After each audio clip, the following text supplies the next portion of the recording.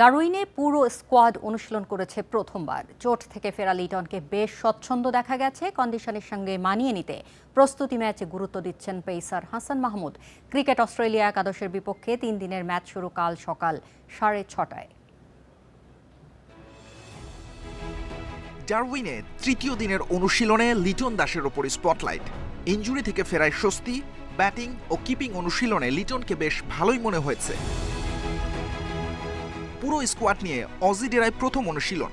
বৃহস্পতিবার cricket Australia একাদশের বিপক্ষে 3 দিনের প্রস্তুতি ম্যাচে নামবে টাইগাররা।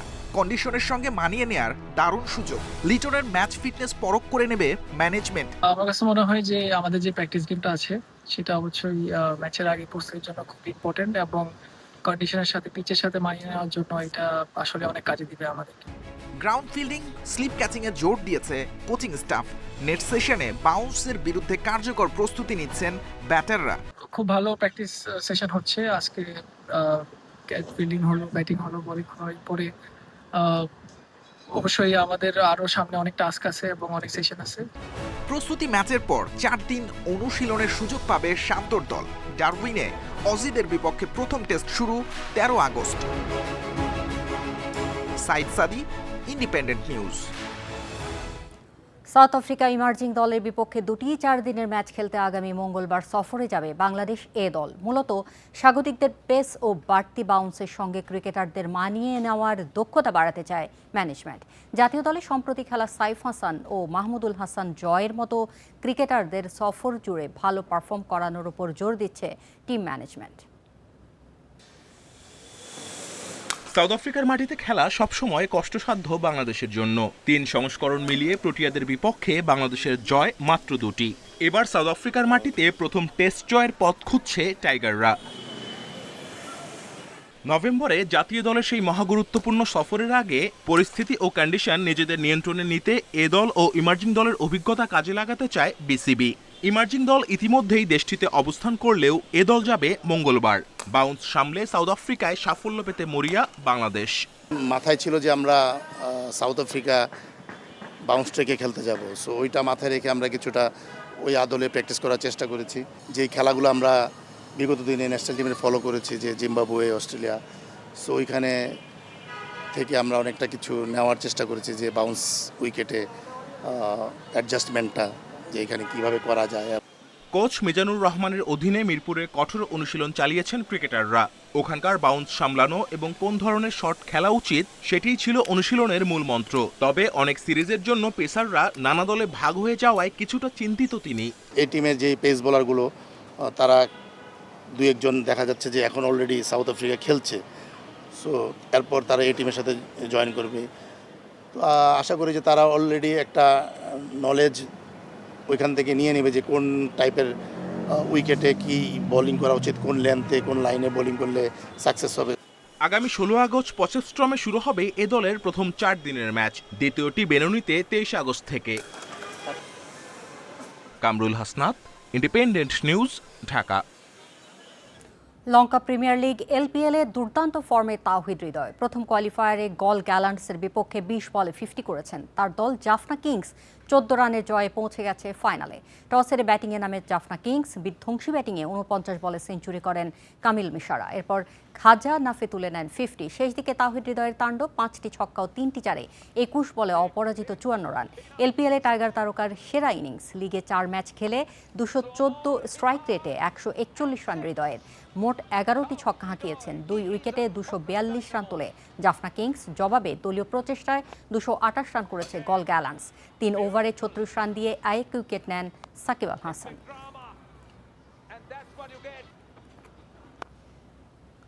সাউথ আফ্রিকার ফ্র্যাঞ্চাইজি লিগ এসএ টি20তে ডাক পেলেন রিশাদ হোসেন। সরাসরি চুক্তিতে টাইগার লেগ স্পিনারকে দলে নিয়েছে সানরাইজার্স ইস্টার্ন কেপ। এর আগে পিএসএল ও বিগ ব্যাশে খেলেছেন রিশাদ। সব ঠিক থাকলে সাউথ আফ্রিকান লিগে অভিষেক হবে তাঁর। এ দলের ব্যাটিং কোচ বাংলাদেশ দলে কাজ করা রাসেল ডমিঙ্গো। সানরাইজার্স ইস্টার্ন কেপে রিশাদ সতীর্থ হিসাবে পাবেন অজি তারকা মিচেল মার্শকে। এর আগে আফ্রিকান ফ্র্যাঞ্চাইজি লিগে খেলেনি কোনো tiger cricketer. SA T20 league শুরু 2027-এর 9 জানুয়ারি, ফাইনাল 4 ফেব্রুয়ারি। একই সময়ে বিপিএল মাঠে গড়ালে খেলতে পারবেন না রিশাদ। সবশেষ বিপিএলে না খেলে বিগ ব্যাশে গিয়েছিলেন তিনি।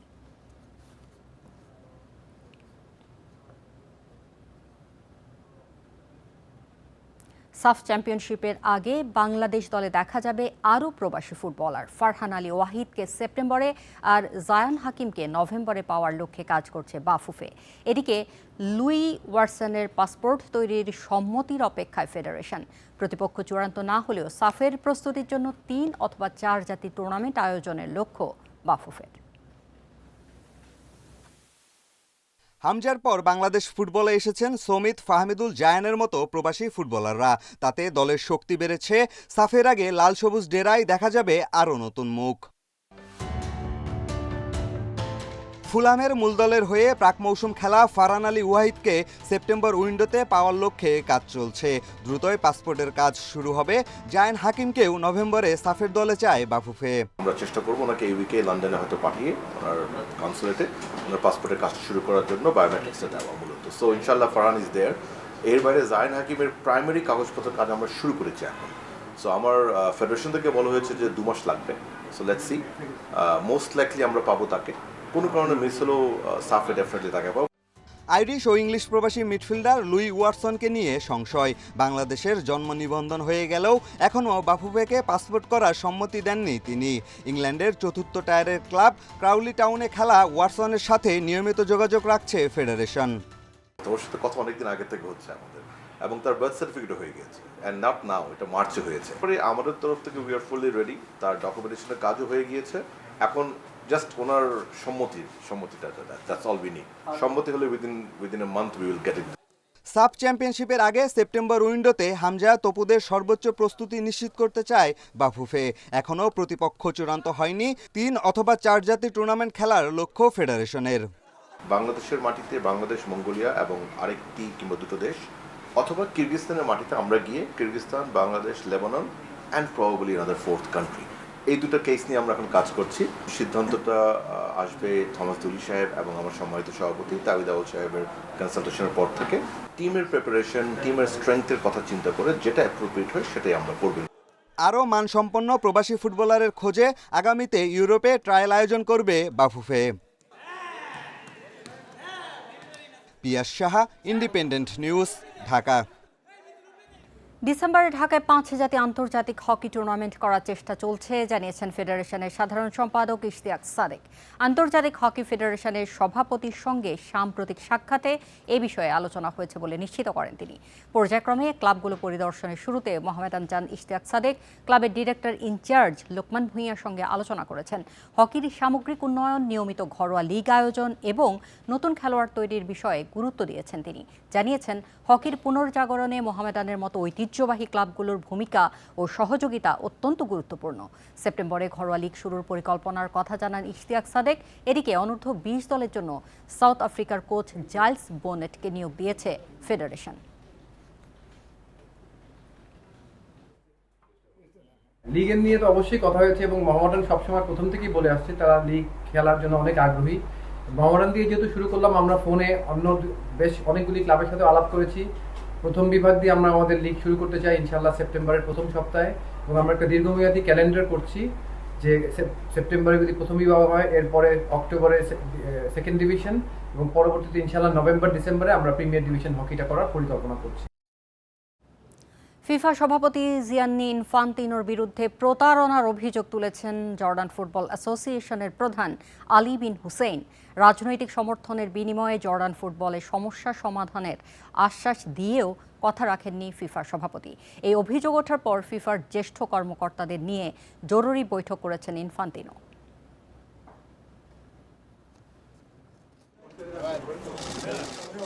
ফিফা সভাপতি জিয়ান্নি ইনফান্তিনো প্রবল চাপের মুখে। প্রতিটা দিন যাচ্ছে আর চাপও বাড়ছে। বিশ্বকাপ শেষ না হতেই এক বিতর্কিত প্রস্তাব সামনে নিয়ে আসেন, বিশ্বকাপের অংশীদারিত্ব বিক্রির প্রস্তাব। ফিফা সভাপতির কর্মকাণ্ডে ইউএফা আগেই ক্ষেপেছিল। এই প্রস্তাবে ইউএফার অন্তর্ভুক্ত 55টি দেশ শুধু বিরোধিতা জানিয়ে থেমে থাকেনি। ইনফান্তিনোকে আইনি নোটিশ পাঠিয়েছে ইউরোপীয় ফুটবলের সর্বোচ্চ সংস্থা। এবার জর্ডান ফুটবল অ্যাসোসিয়েশনের প্রধান আলী বিন হুসেইন ইনফান্তিনোর বিরুদ্ধে ব্ল্যাকমেইলের অভিযোগ এনেছেন। এক টুইটে আলী বিন হুসেইন জানান, ইনফান্তিনো বিভিন্ন সময় জর্ডানের কাছ থেকে সমর্থন নিয়ে এসেছে। বিপরীতে জর্ডান ফুটবলের সমস্যা সমাধানের আশ্বাস দিয়েছে, তবে কথা রাখেননি। বরং আর্থিকভাবে দুর্বল জর্ডান ফেডারেশনকে মোটা অঙ্কের অর্থ গুনতে হয়েছে। বেশ কিছু অভিযোগ তুলে ধরেন জর্ডান ফুটবল প্রধান। বিশ্বকাপের জন্য যুক্তরাষ্ট্রের ভিসা না পাওয়া সত্ত্বেও সমর্থকদের টিকিটের জন্য বাড়তি অর্থ দিতে হয়। বিশ্বকাপের জন্য যুক্তরাষ্ট্রে অবস্থান করায় তার অ্যাসোসিয়েশনকে কর বাবদ বিপুল খরচের সম্মুখীন হতে হয়েছে, যে খরচ কানাডা ও মেক্সিকোতে অবস্থান করা দলগুলোকে বহন করতে হয়নি।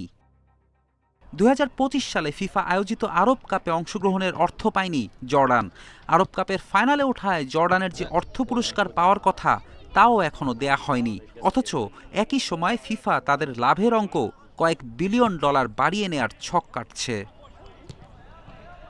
পদ হারিয়ে শাস্তির শঙ্কায় থাকা ইনফান্তিনো এখন ডোনাল্ড ট্রাম্পকেও পাশে পাচ্ছেন না। অথচ মার্কিন প্রেসিডেন্টের সাথে সদ্ভাব করতে নানা কাণ্ড ঘটিয়েছেন তিনি।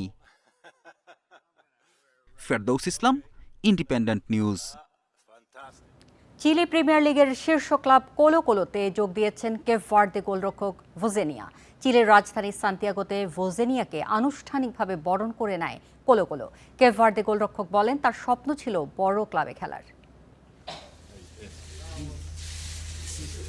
বিশ্বকাপে কেপ ভার্দে রূপকথার নায়ক ভোজিনিয়া তার বিরচিত গোলকিপিংয়ে প্রথমবার বিশ্ব আসরে অংশ নিয়েই বাজিমাত করে কেপ ভার্দে।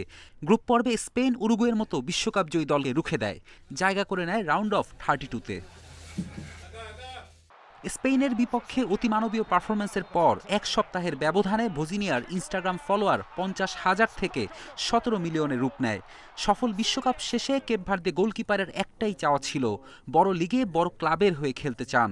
চিলির ক্লাব কোলো কোলোতে সুযোগ পেয়ে সেই স্বপ্ন পূরণ হলো ভোজিনিয়ার। আমার জন্য এটি আনন্দের এবং অনেক সম্মানের। কোলো কোলো এবং এর প্রেসিডেন্টকে ধন্যবাদ জানাতে চাই এমন বড় ক্লাবে খেলার সুযোগ করে দেওয়ার জন্য। চিলিতে আসতে পেরে খুবই খুশি। ভোজিনিয়াকে ঘিরে উন্মাদনা চিলিবাসীর মধ্যে। সমর্থকরা তার কাছ থেকে অসাধারণ পারফরমেন্স আশা করেন। ভোজিনিয়াকে নিয়ে আমাদের প্রত্যাশা অনেক। বিশ্বকাপে দুর্দান্ত পারফর্ম করে তিনি চিলিতে এলেন, তবে এখনই তাকে নিয়ে মন্তব্য করতে চাই না। কোলো কোলোর হয়ে তার সেরাটা দেখার অপেক্ষায় আছে। ফুটবলে কোনো চাপ নেই। পরিবারের কেউ অসুস্থ হলে কিংবা খেতে না পেলে তা হলো মানুষের জন্য চাপ। এখানে সমর্থকরা আমাদের সাথে রয়েছে। বিশ্বকাপে সেরা দেশগুলোর বিপক্ষে খেলেছি, সেই অভিজ্ঞতা কাজে লাগিয়ে কোলো কোলোকে কাঙ্ক্ষিত শিরোপা এনে দিতে চাই। আপাতত কোলো কোলোর সাথে ভোজিনিয়ার 6 মাসের চুক্তি, তবে চুক্তি বেড়ে 1 বছর হওয়ার সম্ভাবনা রয়েছে। ফেরদৌস ইসলাম, ইন্ডিপেন্ডেন্ট নিউজ। তুরস্কের শীর্ষ ক্লাব ট্রাবজনস্পোরে যোগ দিলেন মোহামেদ সালাহ। 1,70,00,000 ইউরোতে 2 বছরের চুক্তি। তুর্কি ক্লাবে চুক্তি চূড়ান্ত করতে ইস্তাম্বুলে পৌঁছানোর পর রাজকীয় অভ্যর্থনা পান সালাহ। এ সময় ট্রাবজনস্পোরের জার্সিতে দেখা যায় তাকে। সালাহকে পেতে ট্রান্সফার ফি দিতে হবে না ক্লাবটিকে। প্রায় 1 বছরের মতো চুক্তির মেয়াদ থাকলেও লিভারপুলের সঙ্গে সম্পর্কের ইতি টানেন মিশরীয় তারকা। ফ্রি এজেন্টে পরিণত হওয়ার পর থেকেই দলবদলের বাজারে তাকে নিয়ে নানা গুঞ্জন ছিল। তুর্কি ক্লাব বেসিকতাস তাকে 10 মিলিয়ন ইউরোর প্রস্তাব দেয়, তবে তাদের চিরপ্রতিদ্বন্দ্বী ট্রাবজনস্পোর আরও 70 লাখ ইউরো বেশি দিয়ে সালাহকে দলে ভিড়িয়েছে।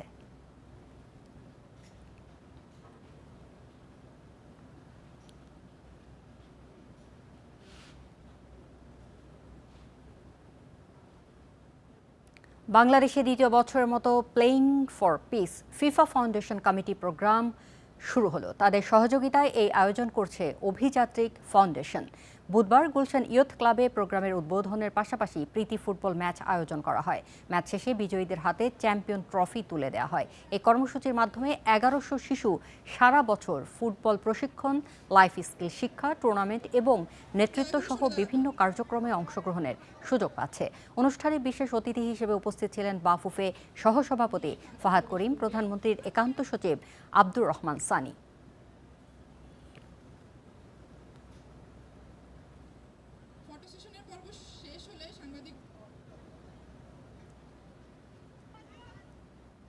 জাম্বিয়ায় অনুষ্ঠিত অনুমোদনহীন এশিয়ান লেজেন্ডস লিগে অংশ নেওয়ায় পাকিস্তানের ক্রিকেটারদের বিরুদ্ধে কঠোর শাস্তির হুঁশিয়ারি দিয়েছে পিসিবি। জাম্বিয়া ক্রিকেট ইউনিয়ন ও আইসিসির অনুমোদন না থাকায় এই টুর্নামেন্টকে নিয়ম বহির্ভূত ঘোষণা করেছে তারা। বোর্ডের কড়া বার্তা অনুযায়ী বিনা অনুমতিতে এ লিগে অংশ নেওয়া খেলোয়াড়দের 2 বছরের জন্য কোনো বিদেশি লিগে খেলার এনওসি দেয়া হবে না। পাশাপাশি পিসিবি এবং পাকিস্তান সুপার লিগ PSL এ কোচিং, মেন্টরিং বা যে কোনো ধরনের ক্রিকেটীয় দায়িত্ব থেকেও তাদের 2 বছরের জন্য নিষিদ্ধ করা হতে পারে। সব যাবে।